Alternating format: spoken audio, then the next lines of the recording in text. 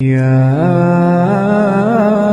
أيها الذين آمنوا اركعوا واسجدوا واعبدوا ربكم وافعلوا الخير لعلكم تفلحون. السلام عليكم ورحمة الله وبركاته. ازيكم يا حبايبي؟ عاملين ايه؟ يا رب تكونوا بخير. يوم جديد ويوم سعيد علينا وعليكم يا رب. والنهاردة كمان يوم جميل، مش بس يوم جديد ويوم سعيد، لا يوم جميل وبيضحك زي العيش اللي انتوا شايفينه قدامكم ده. ما شاء الله، عيش طازة، عيش شامي، لقمة طرية هتاكليها وهتبقى في بقك زي العسل. النهاردة هنعمل مع بعض العيش الشامي بأسهل طريقة، وإن شاء الله تعملوه في البيت. عيش كده للسحور. كل سنة وانتوا طيبين. أنا عملت الخبزة دي إن شاء الله كده وهشيلها رمضان علشان نبقى نتسحر بيها كده لقمة تبقى هنية على قلبنا وقلبكم يا رب. دلوقتي أنا جبت قالب خميرة بيرة من فرنة العيش، وخدت منه حوالي قولوا كده مثلا 4 5 معالق كبار اللي احنا بناكل بيهم، ودوبتهم في شوية مية دافيين، وحطيت عليهم معلقتين سكر وسبتهم علشان الخميرة كده تعلى وتختمر معايا. في الوقت ده كنت انا جبت 5 كيلو دقيق ونخلتهم زي ما انتوا شايفين في عجان كبير كده. فانتوا لو هتعملوا كيلو او 2 كيلو بتاخدوا مقدار مثلا معلقة كبيرة خميرة بيرة، او لو حابة الكيس الخميرة الفورية هتجيبي كيسين، لان الكيس 10 جرام مش كفاية على الكيلو. تمام كده. انا دلوقتي بنخل الدقيق علشان طبعا اتاكد من نظافته، وهحط مقدار مثلا معلقه كبيره ملح على 5 كيلو، وهحط مقدار لكل كيلو دقيق هحط تقريبا معلقتين او 3 سكر. ده بيخلي كده اللقمه في بقك ليها ريق مسكر وحلوه وهتعجبك جدا، وفي نفس الوقت اثناء التسويه هتلاقي الرغيف منقط كده ومحمر، وهتديله لون جميل جدا السكر ده. وكمان كل كيلو دقيق بياخد نص كيلو مية، وطبعا على حسب نوعية الدقيق، زي ما احنا متفقين ان نوعية الدقيق بتختلف من دقيق للتاني. في دقيق بيشرب سوائل وفي دقيق لا. دي اللي انا مستخدماه النهارده اللي هو المغلف ده، لمتنا الحلوه تقريبا وبيكي بيكر والسايب كمان هيبقى ممتاز جدا. فهتحطي لكل دقيق نص كيلو ميه، وطبعا بتحطي بالتدريج علشان تشوفي الدقيق بتاعك هتعجني. والعجينه بتاعه العيش الشامي بتبقى او العيش الابيض بتبقى عجينه مقفوله، مش مش يعني مش طرية. العجينة بتبقى يابسة شوية مش طرية، علشان وانتي بتفرديها ما تاخدش معاكي دقيق كتير، لان الرغيف لما بيبقى عليه دقيق كتير من بره وانتي بتفرديه بتبص تلاقي ملمسه كده خشن ولونه باهت بعد ما بتسويه. انما طول ما انتي بتخلي عجينتك مظبوطة والعجينة يابسة في ايدك بتقطعيها من غير ما تحتاجي لدقيق، فعجينتك ان شاء الله ورغيف العيش بتاعك هيطلع بيلمع كده وهيبقى زي العسل زي وشكو الجميل. دلوقتي طبعا هتعجنيها مدة كافية لحد ما تلاقي العجينة كده نعمت في ايدك وبقت طرية واتلمت معاكي. هتبطلي عجن وهتسيبيها طبعا تختمر على حسب بقى الوقت اللي انت عجنة فيه، ان كان صيف ولا شتاء هيفرق وقت التخمير معاكي.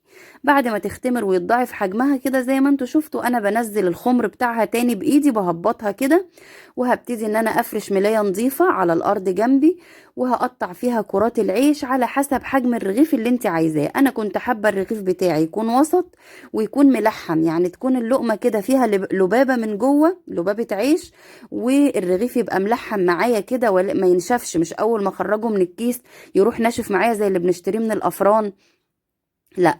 فانا عامله الكرات بتاعتي او الرغيف بتاعي حجم وسط، وهبتدي ان انا بعد ما اقطع كده، اول ما اقطع سطرين مثلا من العيش ابتدي اغطيهم بملايه واقطع واغطي عشان العيش وشه ما يقشفش معايا ويخشن كده ويبقى وحش.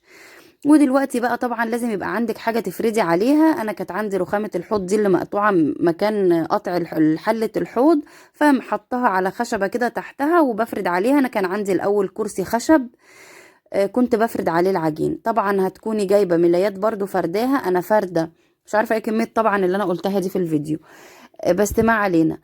حطيت على الركنة فرشت ملايات نظيفة، وبقيت افرد العيش واحطه على الملايات، وبرضه هغطيه لحد ما اخلص فرد الكمية كلها، وبعدين ابتدي خبز. بصي انا بنسم مكان ما بفرد كده، بنسم تنسيمة دقيق بسيطة جدا، رشة دقيق زي ما قلت لكم. كل ما يكون الدقيق الرغيف معلهوش دقيق بيبقى بيلمع وشكله جميل وطعمه احلى. خلاص. فانا ببتدي افرد الرغيف كده، باجي من نص الرغيف افرد فردة فوق وفردة تحت، وارجع اجيبه الناحية يعني على نفس الوش بس على اتجاه تاني، وبرده فردة فوق وفردة تحت لحد ما الرغيف بيتفرد معايا وبيبقى اسهل ما يكون. اهم حاجة عجينتك تبقى مظبوطة عشان ما تسحبش معاكي دقيق في الفرد. بعدها تاني ويطلع معاكي رغيف العيش زي الفل وبيلمع وزي العسل. وكمان لما تيجي تخبزي في الفرن، الرغيف لما بيكون عليه دقيق كتير بيتحرق وبيحروق في الفرن، وكل شوية تمسحيه. انا النهاردة مش هخبز في فرن الغاز، انا عندي حلة بالكهرباء، حلة خبيز يعني. فانا هخبز عليها بعد ما بخلص كمية العيش كلها فرد. ما ببتديش اخبز غير من بعد ما بخلص فرد العيش كله. ببتدي باول رغيف انا فردته، وهبتدي احطه من فوق كده على الحلة يتشمع. اول ما بيشد، بصوا شايفين الفقاقيع اللي طلعت له من فوق دي؟ خلاص دي علامة على ان الرغيف اتشمع. بروح منزلاه بالجاروف، ده جاي مع الحلة برضو مع حلة الخبيز. بشيله كده بالجاروف وبنزله جوه الحلة في الدرج اللي فيها ده، وبحط واحد تاني علشان برضو يتشمع على ما ده ياخد لون. يعني انا بنزل اللي فوق واحط غيره. دلوقتي الحمد لله الايد بتاعت الحلة دي كانت مكسورة في الاصل، كانت واقعة مني واتكسرت، فانا حبيت اعالجها، حطيت عليها شكرتون من بتاع الكهرباء ده، اللزق بتاع الكهرباء، ومسكت. بس مع سخونية الحلة، لان طبعا السخونية بتاعتها بتكون بديلة للفرن، بتكون شديدة، فسيحت الشكرتون او اللزق ده وراحت واقعة مني وانا بشدها. ربنا ستر الحمد لله.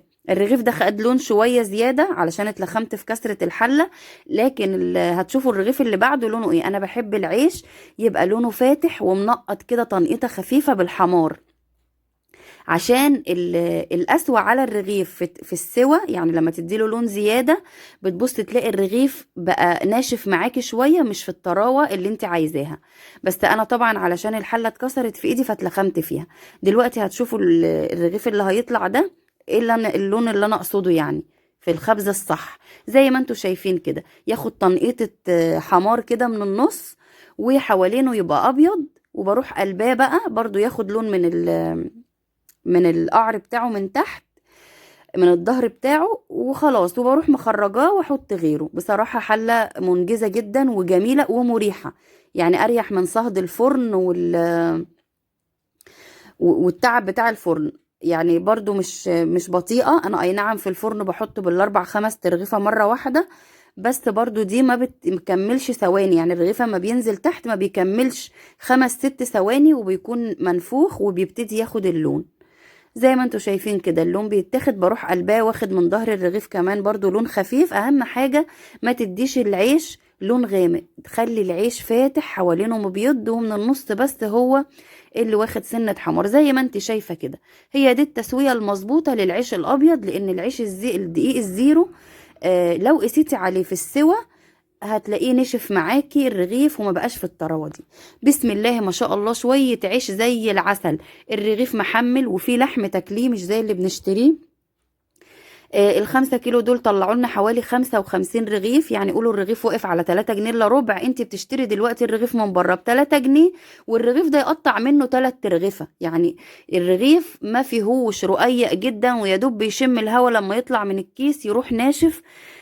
فبصراحة ربنا الحاجة في البيت يعني فيها خير وبركة وتوفير، وغير النظافة والحلاوة بتاعت الحاجة وطعمها الجميل.